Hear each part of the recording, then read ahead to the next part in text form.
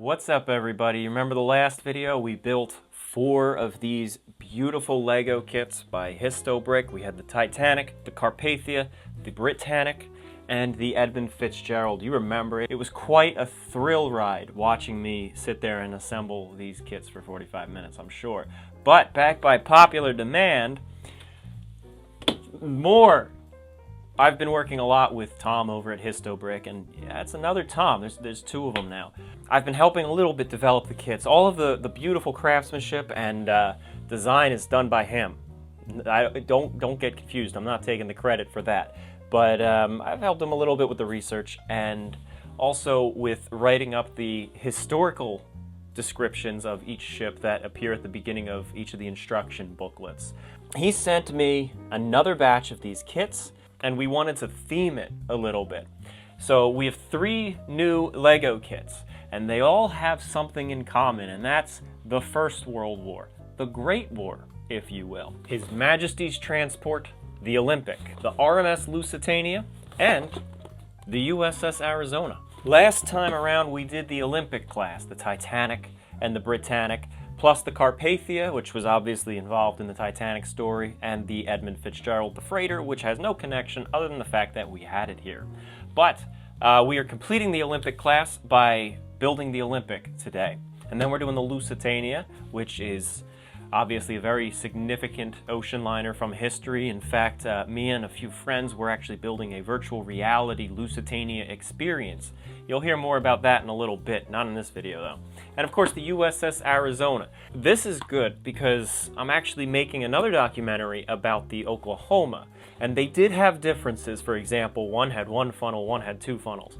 But from a distance, they're quite similar. So building this up, it'll probably help out with that documentary as we go along, since I only have this little model of the Arizona to stand in for the Oklahoma.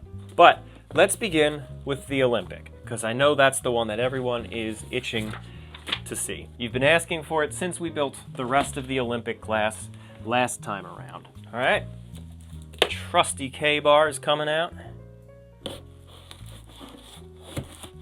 Looking at the cover of the box once again. 767 hand-sorted Lego pieces. And yes, people asked about this last time. These are official Legos. These are not Mega Bloks or some other Lego-like product. These are official Lego pieces, which is one of the reasons why these command such a price. This is 1/640 scale, so it fits in with the rest of the Olympic class Lego kits. And this kit is the Olympic in her transport configuration, so it has the Dazzle paint scheme.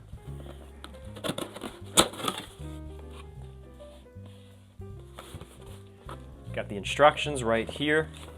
Now, these instructions have a history written on the inside cover. This is still the old one that he wrote initially. Included separate in this kit is the write-up on a different piece of paper, but he gave me a handwritten note, says this will be the last kit that he sends out that has this as a separate page. So if you are to order it now, you'd be getting this write-up inside the instruction book. Same as always, we have beautiful color instructions printed on heavy gloss paper. And since you saw the instructions pretty well in the Titanic and Britannic, I'm going to jump right into the assembly now. Starting with the red, once again. Just going to dump them out. As with every ship from Histobrick, the first several steps is just assembling the ship's long backbone, the ship's keel. And it is a very repetitive process, but obviously necessary. Although, if you want to just build the waterline model, because the bottom, the anti-fouling part of the ship is detachable, if you just want to build a waterline model, you can skip this part. But what kind of a review would that be if I'm skipping significant parts? Not going to do that. The Olympic really is one of the unsung heroes of the First World War. I believe she holds the record for being the only merchant vessel in history to have sunk an enemy submarine. First, the submarine fired torpedoes at her. And did she run? I don't think so. A captain with that kind of brass? No.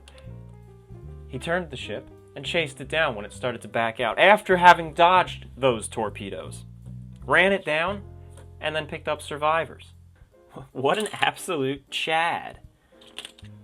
Oh, we are actually now nearing completion of the ship's keel. That's good. We can all move on with our lives after this. I read the comments on these videos that I post. I actually do read them all, and I respond when I can if needed. And I have to say, I was watching the comments on the last Histobrick video that I did, and it really made me feel good how many people said that they loved that Lego Titanic I did when I was a kid. And yeah, it is silly. There's no denying it. Everyone agrees, but it was fun. We all had fun, and those were the golden years of YouTube. I think we all agree with that. YouTube is so corporate these days. Hope they didn't hear that. So yeah, thank you all for that. Thank you all for that support there. That was really something. I'm not gonna re-upload it. It was all copyright music. I used the soundtrack from Titanic. Now, if YouTube had told me the video was getting removed for copyright infringement, that would have made sense. But it specifically told me, and I screenshotted it, it specifically told me that it was being removed for adult content. Didn't say what. We're now adding the rudder to the ship.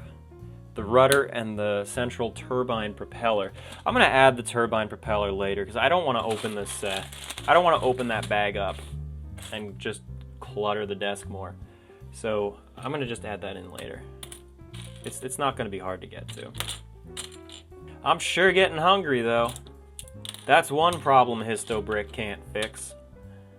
It really is cool that over like 100,000 people have gathered around on the last video to listen to my insane ramblings.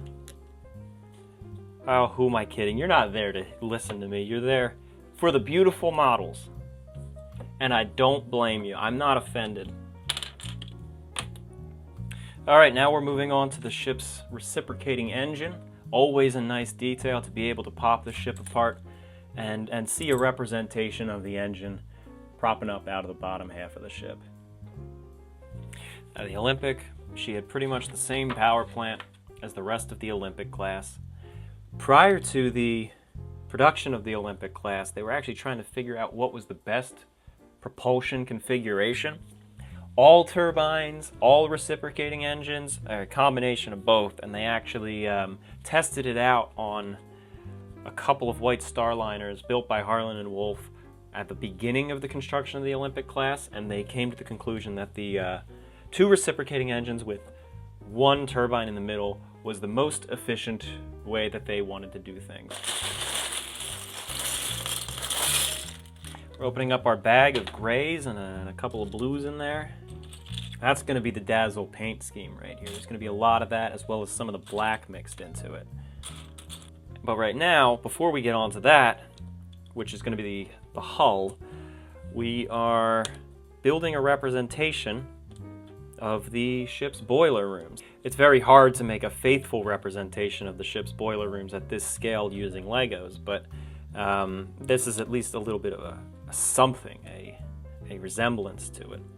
Alright, now moving over to the ship's starboard side, we're mirroring what we just did, the 5 curved pieces that we just stuck on, as well as the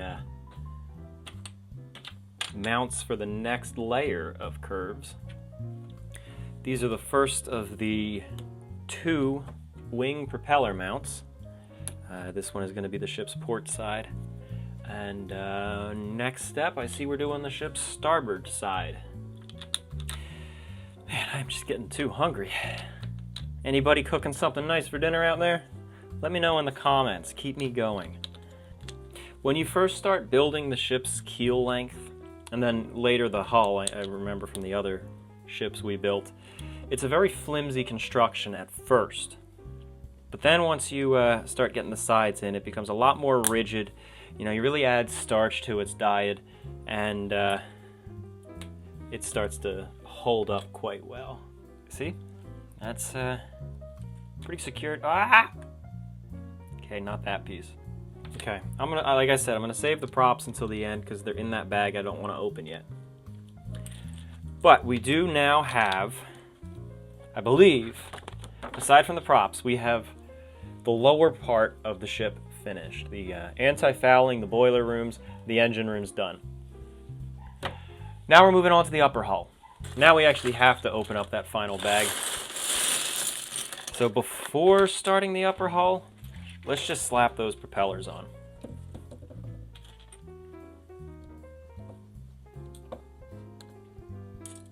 Now I know that quite a lot of research was done by Tom at HistoBrick to make sure that the Olympic was accurate. Some of the research I sent, quite a bit was done on his own.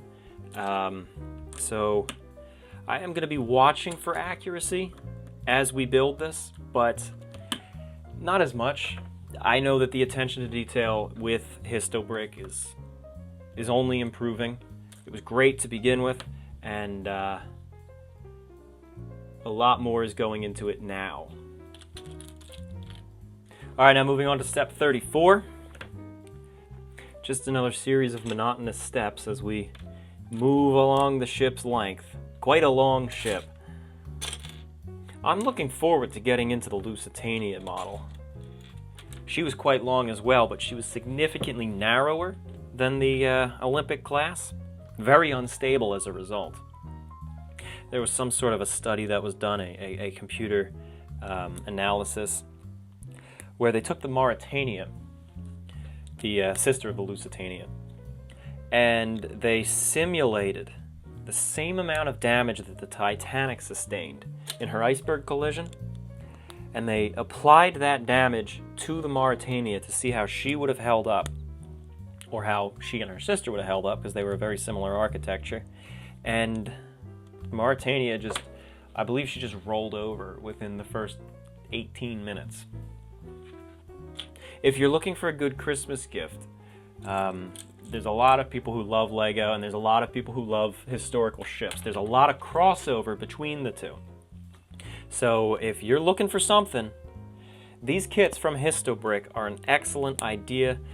There's still plenty of time to get them ordered and have them sent out by Christmas in time to put them under the tree. Or if you are interested, go to www.titanichg. You'll see the store option at the top and click Lego HistoBrick right there.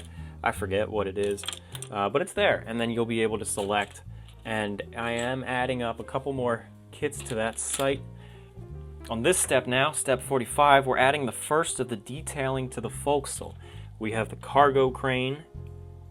Now, after the last video, I did speak to Tom, and I showed him some of the corrections that we pointed out in the last video. You remember the forward well deck of the Britannic had two cargo hatches, like as seen on the Olympic and the Titanic, but not the structure of the third-class entrances.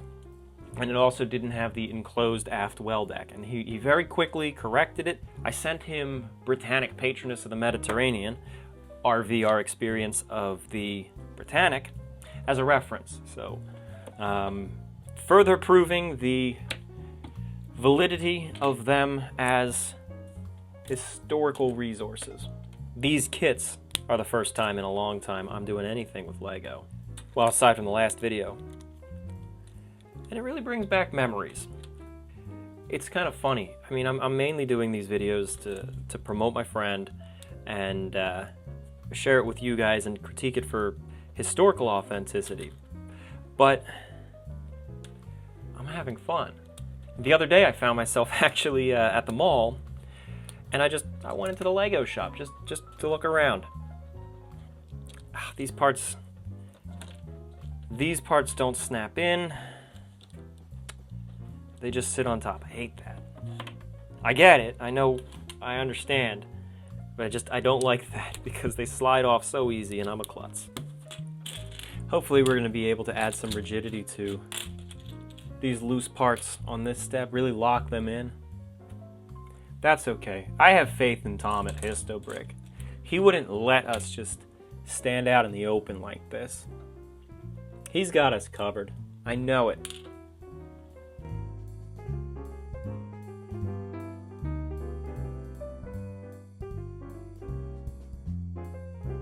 There we go. That part right there, that's gonna lock in some good stiffness. Like locking in the flavor, this is gonna lock in the stiffness. And this brick, yes, we joined the two separate pieces. That's great. I'm really looking forward to really shoring that up next time around. Uh-oh, Spaghetti-O. Oh, I did that wrong. Oh, frick. I just joined flat plates that aren't supposed to be together.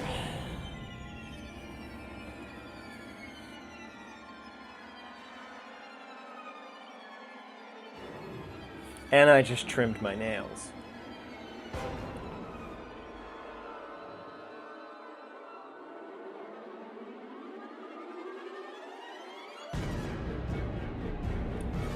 Don't do this at home. Seriously. Get yourself one of those like little separator pieces. Don't use a World War II battle-hardened K-bar. It does work though. Wow, nice. Is there anything a K-bar can't do? Wow.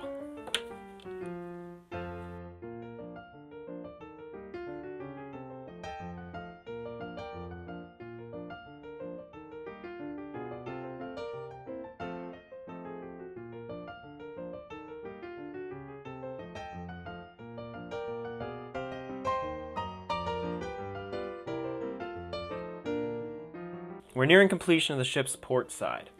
It's pretty neat to go through this and see how he's accomplishing the dazzle paint design. Now, dazzle paint is a type of camouflage, and a lot of people look at it and think it's silly. You know, how do you camouflage a ship? Well, you don't make it blend in with the surroundings. You don't make the ship disappear. That's not the point. You really can't do that. The point is to obscure the lines of the ship, so you can't make out where the superstructure is. Does the ship have cannons? Am I looking at a battleship, or am I looking at a destroyer, or a transport, or a freighter? The point is to make a enemy battleship commander or a submarine commander look at it and hesitate before attacking. And it works at quite a distance. The Olympic, looking at it through a periscope and seeing the paint scheme, it does make you uncertain of what you're looking at. And that is dazzle paint doing exactly what dazzle paint is supposed to do.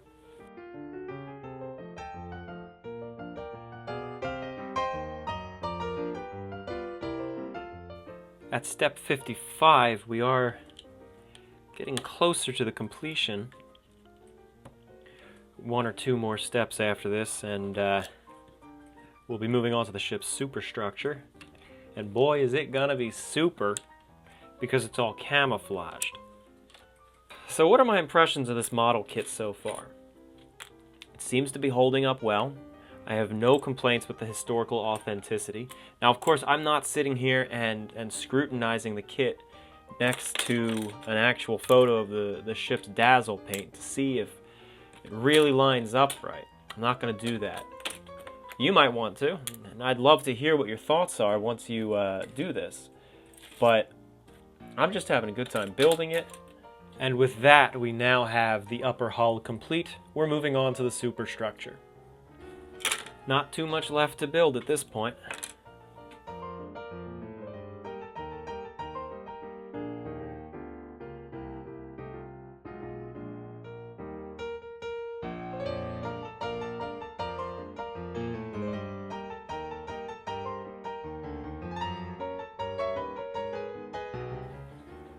Now, I stuck the wrong plate on again.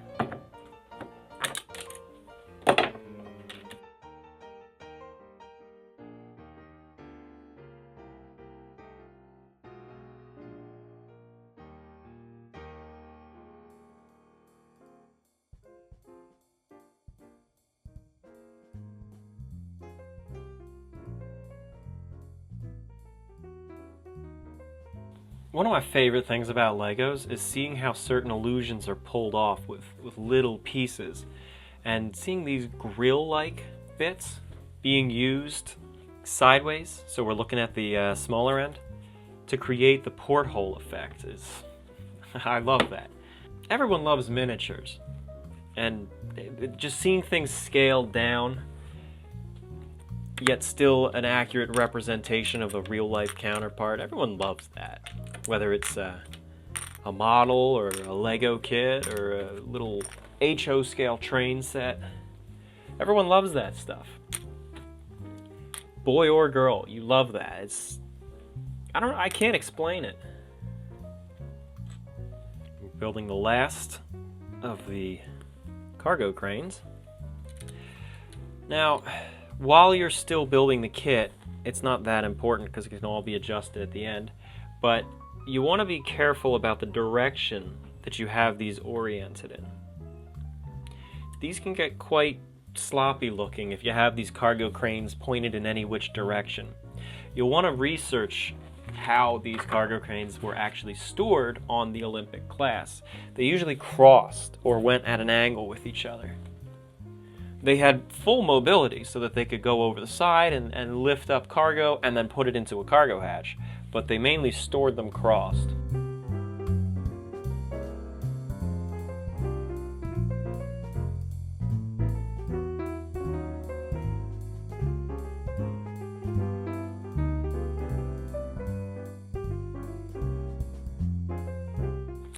Adding on the custom bridge piece. Some of the parts assembled by Histobrick for these kits are rare. In fact, the bridge piece apparently is custom printed.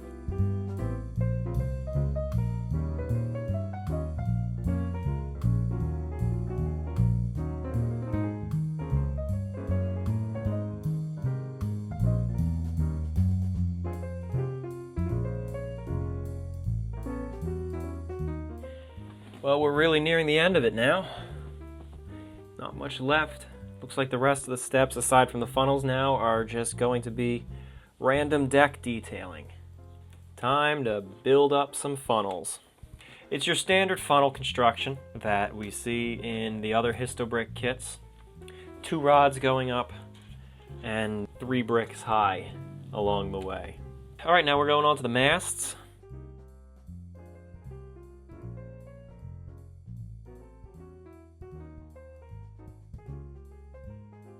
Let's add these lifeboats on top.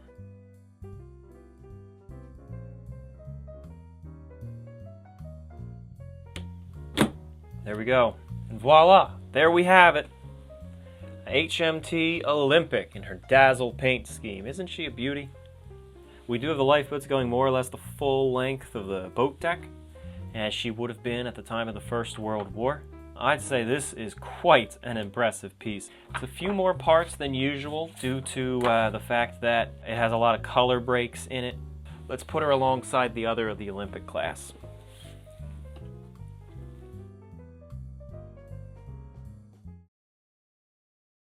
With the Olympic finished, let's move on to the next ship. Let's break up the 2 ocean liners though, and we'll put the USS Arizona in between them. 607 Lego pieces, 640 scale, so again the same scale as all the other liners of the Histobrick series. And this also will include the USS Arizona Memorial model. So like we saw with the Edmund Fitzgerald where we had the lighthouse, we actually are getting the Memorial with this one. This is a smaller kit, this is a smaller instruction book. So we have 117 stages here. We got our bags, set them aside, and let's get ready to rumble. There's no large pieces in this. This is going to be a smaller kit. It's going to be much smaller than the Olympic class. There we go. There it is. Forward by Tom Linsky. That's me. Like the other models, we begin with the anti-fouling red.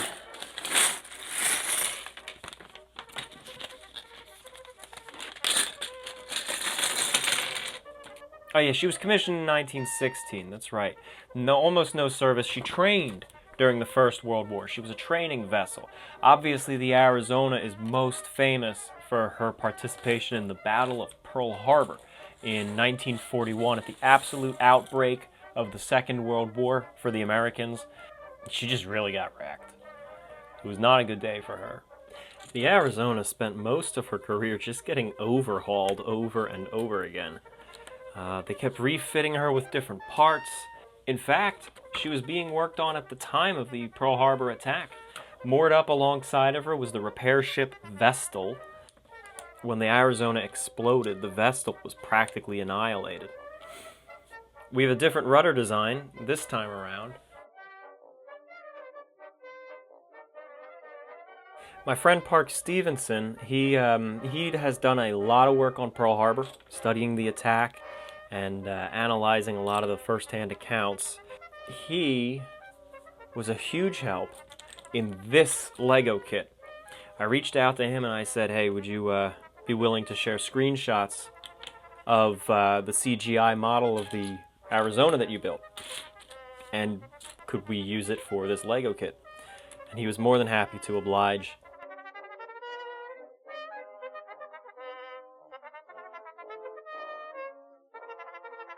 117 different steps, but we're blowing through them very fast.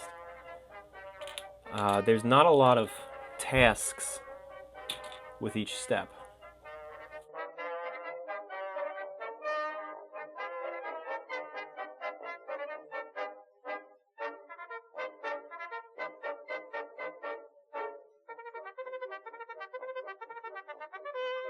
As we saw with the other ships, we have a little bit of a representation of the boilers.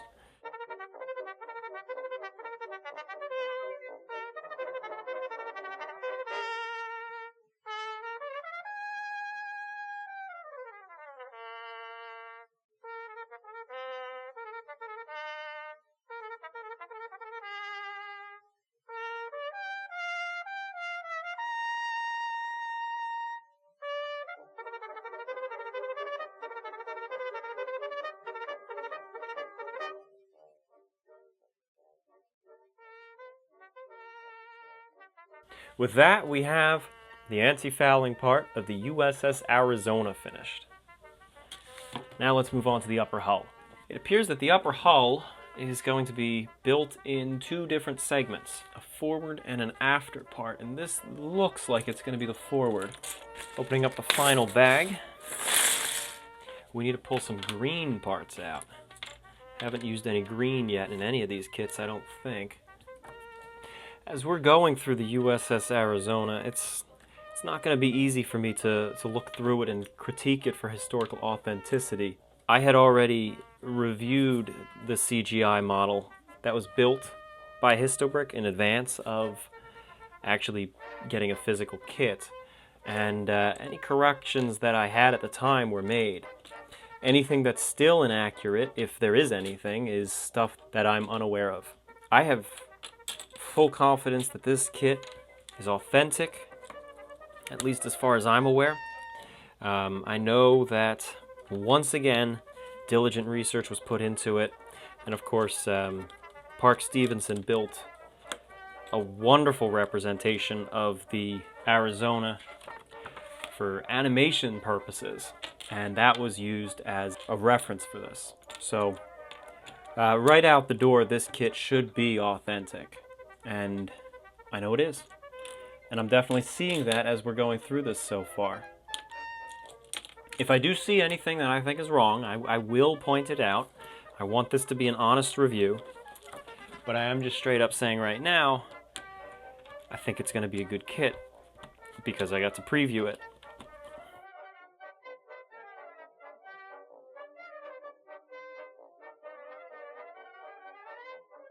We're actually using gray minifigure hands to represent some of the secondary armaments on the deck.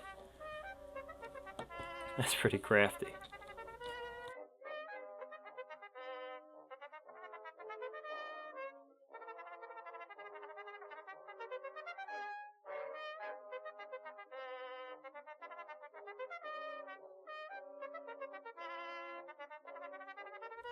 This kit's doing a very good job really making the ship feel bulky and armored like a proper battle wagon. And we now have the forward port section of the upper hull finished. Now we're flipping over to the starboard side and building from there.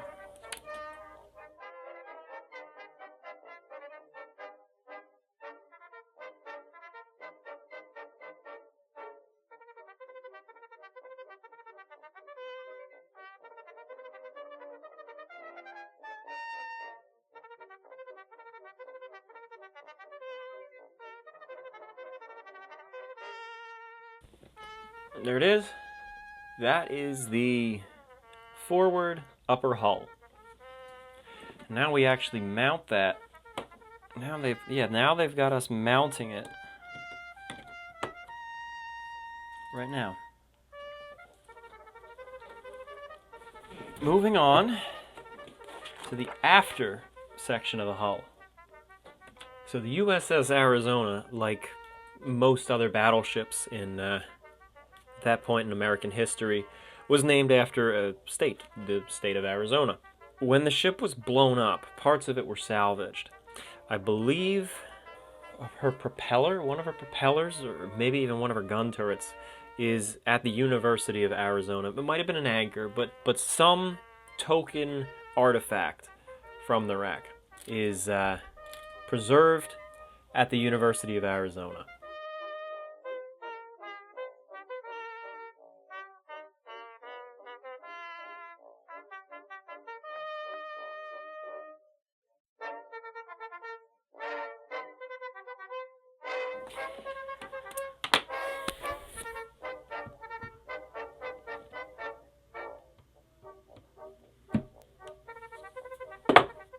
You know, I had once actually thought about making a Lego Pearl Harbor film. A lot of my movies back in the day were inspired by video games I was playing. Lego Titanic, I had just played through Adventure at a Time, loved it. I had also played Medal of Honor Pacific Assault, and it had an amazing Pearl Harbor sequence where you're on a PT boat going through all the, weaving through Battleship Row and just witnessing the attack firsthand. So I was thinking, well, I want to make a movie about it, and Lego is the only means I have. I was also, it was not going to just be Pearl Harbor, it was going to really be like the Pacific Campaign, basically what you saw in Medal of Honor Pacific Assault.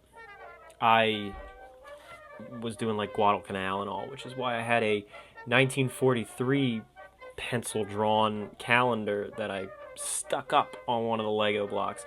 I made that simultaneous to the Titanic thing, and I didn't want to take that down, and that's why you see 1943 calendars in the background of Titanic. It wasn't because I got the date wrong of the Titanic. I definitely didn't. It was because I was too lazy and didn't want to take the World War II Lego film stuff down, and that never ended up getting made. After the ship was destroyed and deemed a total loss after the Battle of Pearl Harbor, parts were salvaged above that. As I mentioned, you know, the gun barrels, or at least some of the gun barrels, were taken off of the Arizona and put onto another similar battleship, the USS Nevada. And the Nevada then went on to fire those same guns on the island of Okinawa just prior to the landing there. So while the Arizona was destroyed at the Battle of Pearl Harbor, it's in a way, it's like part of the ship got revenge, got like the final word in, and fired on Okinawa just before the U.S. troops landed and took the island after a long, bloody battle. Alright, and the next thing we're doing is we're building the upper superstructure now. The tower going up to the bridge. We are progressing through the rest of the model very quickly. All of these steps are usually like adding 2 or 3 more pieces to it, as opposed to when we were working on the hull where we had 20 or 30 parts per step. Now we're just plowing right through the remainder. One of the main uses for Parks' CGI model on the Arizona that I know it was a big help for was actually color reference. And this model is built to represent how the Arizona looked on December 7th, 1941. So this is the Battle of Pearl Harbor configuration right here. And with this, we join the bridge tower onto the superstructure. Alright, off to the funnel. It's a different funnel construction than the Olympic class. Alright, next up we have a pile of lifeboats.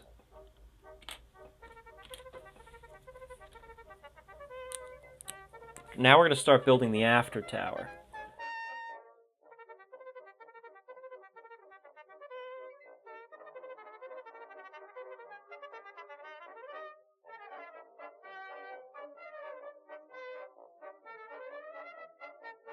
In the after part of the ship, we are now building the white canvas awnings that were put up for Sunday service.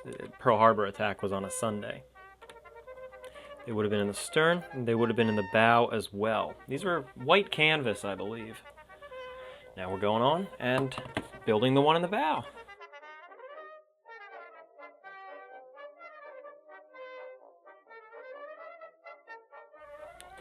Finished the USS Arizona BB-39. But that's not quite it yet. As I said earlier, there is a bonus that comes with the Arizona model kit, and it is the Arizona Memorial. One of the most iconic war memorials in the world. It's built over top of the sunken remains of the USS Arizona at Pearl Harbor in Hawaii.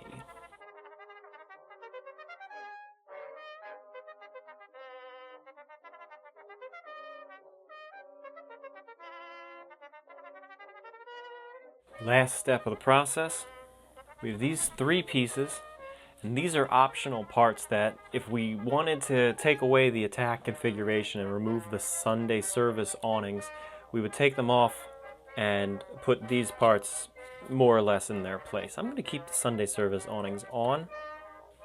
When the Arizona was blown up, it sank right in the spot where it was moored at Pearl Harbor, right off of Ford Island. Water was more or less up to about here, up to the top of the gun turrets. They removed the superstructure, and it's still sitting in some back lot somewhere, I think. The ship itself is still visible from the air, and the memorial goes over the bow, just like this, right on the water surface, and you can walk across as a bit of a bridge and walk across the wreck like that. So there we have it, the USS Arizona and the memorial. Now we have one more ship in our lineup for tonight, and that is the RMS Lusitania. Once again on the cover we have a color profile view of the ship. This is 733 pieces, 640 scale.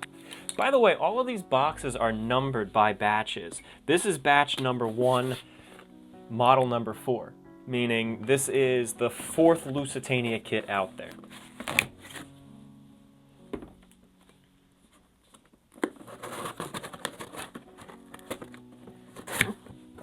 And here it is, RMS Lusitania, ocean liner. That is correct. Forward by Tom Linsky, that's me, in case you forgot. 92 steps. All right, hey, it looks like quite a beautiful model. Let's dig in. 5 bags, 4 of which are quite packed, and then we have our 5th bag, which is, again, just the bridge.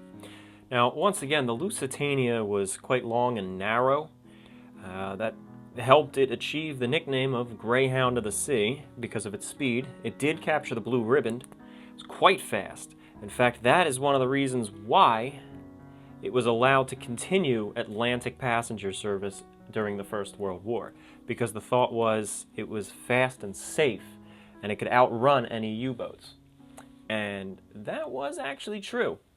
But due to the fact that the Royal Navy and the British railroads needed coal, and that was considered a priority over passenger service, the Lusitania, under the Cunard Line, was forced to conserve coal and therefore had to go slower because they couldn't ignite all of their boiler rooms.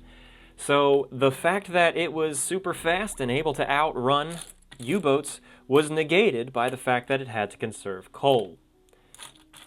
So it would have still been able to outrun the U-boat, but not a torpedo. And then for step 6, I'm not quite sure what it's asking of me. Anything down at the end is cropped off if there's new additions, and of course it doesn't say there's any new parts to add, so is step 6 just to like sit here and reflect on this piece? I don't know, but I'll do that.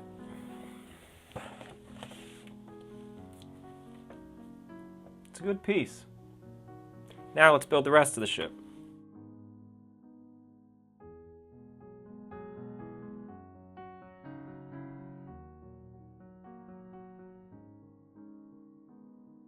This is an interesting part. I've never seen that before.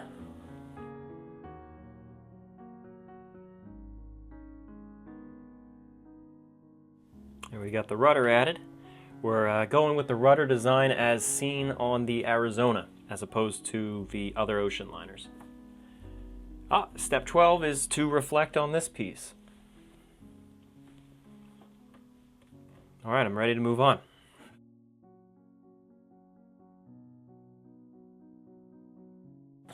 So there we go, we have the length of the keel finished. Now we're moving on to a very odd piece.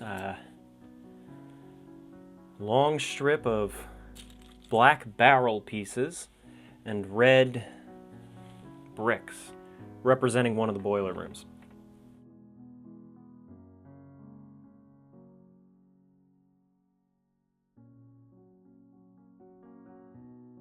So like we expected, these black barrels and the red bricks actually do resemble the boilers going along the length of the hull. It's again not an accurate representation, but what more can you do at Lego scale of this size? So, all right, it looks good, and we're going to be able to detach the bottom part of the hull and see it hiding in there. I do have to say that the assembly of the lower level here on the Lusitania is the most complicated that I've seen in any of these kits. We've got some really unique assemblies now for the propellers.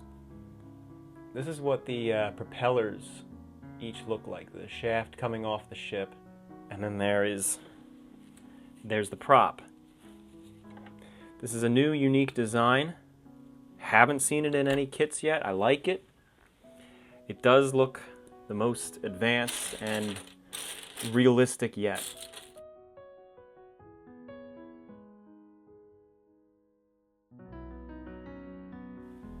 Lusitania really was a beautiful ship. I know this is gonna sound almost like a crime to some of the people in my audience, but she's prettier than the Titanic. I like the Victorian, the ornate Victorian old-fashioned palace look, and that's just what Lusitania had. The architecture was much more classical.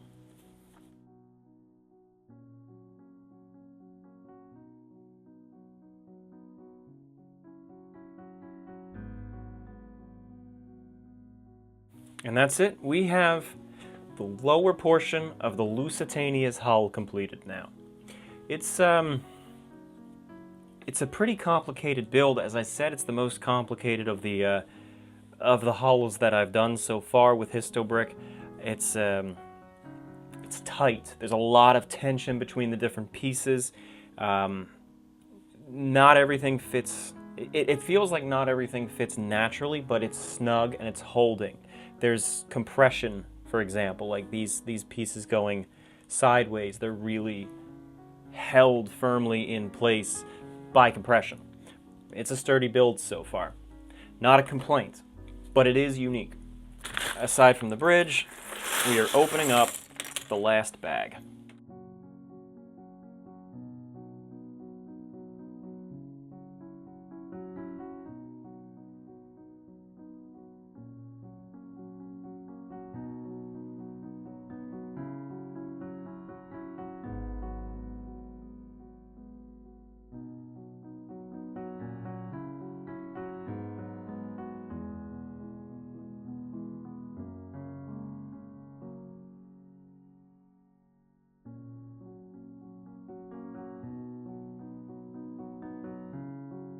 We got a lot of these angled connectors here, and then we're sticking them on. I'm looking forward to seeing where this is going.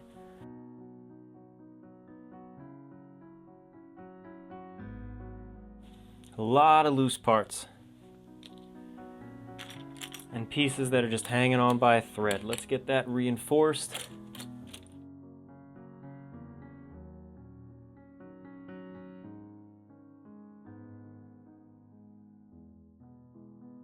We're also seeing a lot of other unique pieces. Almost resembles a tiny mine cart or a pair of binoculars.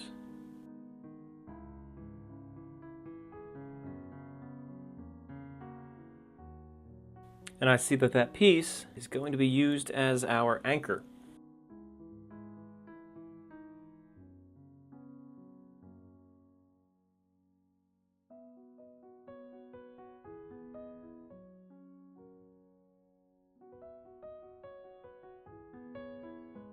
We're following the same system of using these grills perpendicularly to resemble the portholes going the first class area of the ship. And with that, we now have the ship's port side lower hull complete. We got to flip it and start on the starboard.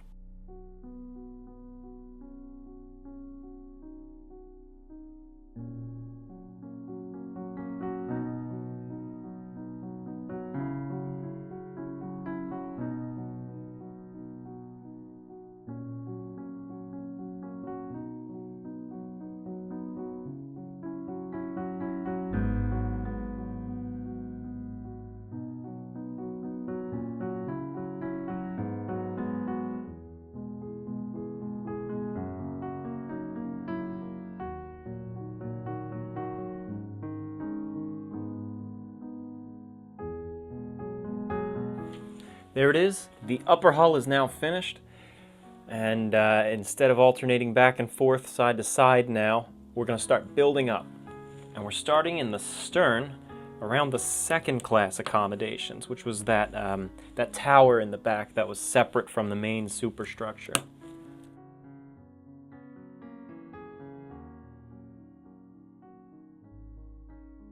Lusitania's paint scheme changed quite a number of times throughout her career. At the time of her sinking, she had this beautiful orange band that went around the base of her superstructure. I suppose that was there most of her career, but it was especially prominent at the time of the sinking. And I don't know what these pieces are otherwise, but these are excellent for use as the ship's promenades. They had that nice slot and that bulwark rail going along the side.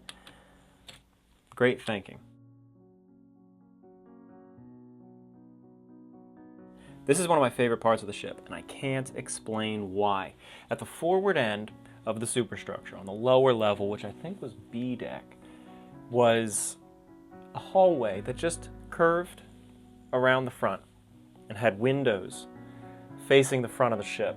And it was just the observation corridor. You could just go in there. I don't even think there were seats, but you could just go in there and look out that window, and if there was a rough storm, you could see the waves crashing up over the bow. We know she went through storms like that.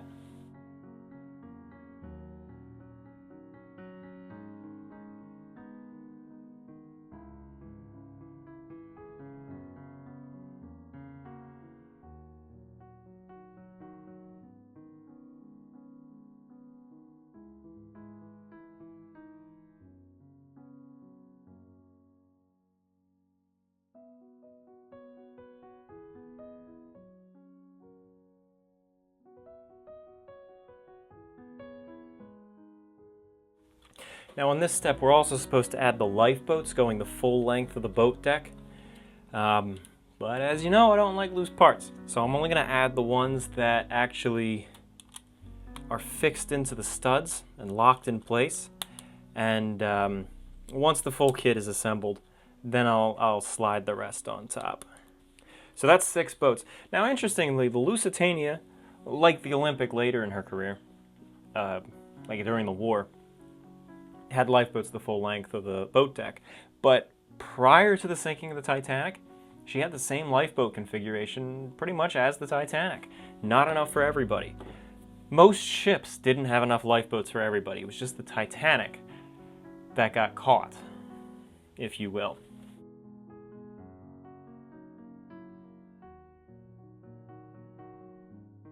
I have to just pause and point out how amazing the forward end of the superstructure on this model looks. It really looks just like it. They captured that detail phenomenally in this scale with Lego bricks. I didn't think it would be possible to get it that well, but they did. The only thing missing and you can't fault them for this because of, again, of the scale, is it would have had an orange band around the base of it. Just like you see running the length of the superstructure here, would have had it right there on the front of the superstructure as well. But I don't know how you could have achieved that with Lego.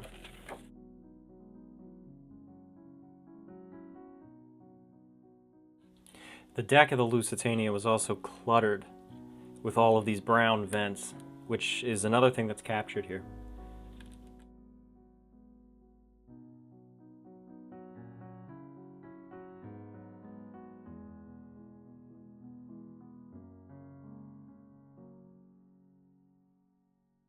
One of the cool things about this is we sent over screenshots of our Lusitania model, which is only in early stages right now. That was used as a color reference especially, but also somewhat of a detail reference. Usually I've seen depictions of the Lusitania and her funnels are all black. Well, they're not.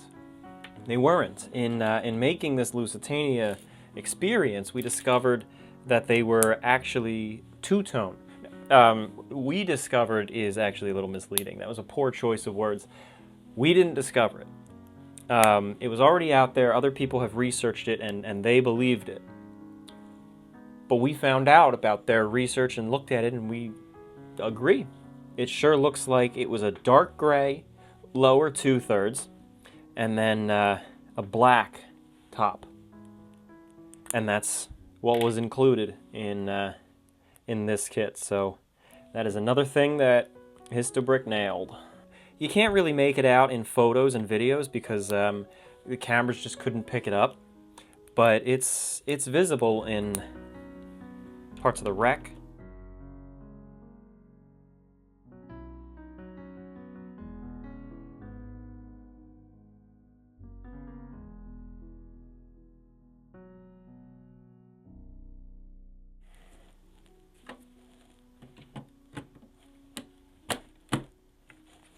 There's the Lusitania in all of her glory. Painted up as she was on her final voyage across the Atlantic in 1915, before being torpedoed by German submarine U-20. This is a beautiful kit. It was the most difficult of all the Histobricks to date, even more difficult than the USS Arizona. But I think it is well worth it in the end. It is a complicated model, and they really outdid themselves at Histobrick, achieving detail, especially among parts of the superstructure. I love how the cargo booms on the forward mast were achieved by using those orange wrenches, and the new design for how the propeller shafts are mounted on. With every kit that Histobrick puts out, it's just getting better and better. Now there is more to come, not in this video, in a near future video. In fact, it's already in the mail apparently. Coming in soon, I'm getting the HMS Hood, the Bismarck, and the SS United States. So that's going to be another fun build, and the ships are getting a little bit bigger, I understand. Here you have it, the Olympic, the Lusitania, and the USS Arizona, plus the bonus of the USS Arizona Memorial in Pearl Harbor. They were all about the same length to build. It might edit a little differently. It might seem like one was longer, but I would say all three were about the same. I put each of them together in about 2.5 to 3 hours. And if you are interested in getting them, again, go to www.titanichg.com, click the store, you'll see a drop down, and go to Lego or Histobrick. And again, these are real Lego pieces. It's not licensed by Lego, but Lego lets third-party companies use their products and assemble kits like this. So these are genuine Lego pieces. They're not knockoff pieces. So if you're interested, go check them out. You have enough time to order them in time for Christmas and time for the holidays. And yeah, I had a lot of fun building these. So thanks for watching, thanks for tuning in, and if you have any questions, drop a comment below or reach out to Histobrick directly.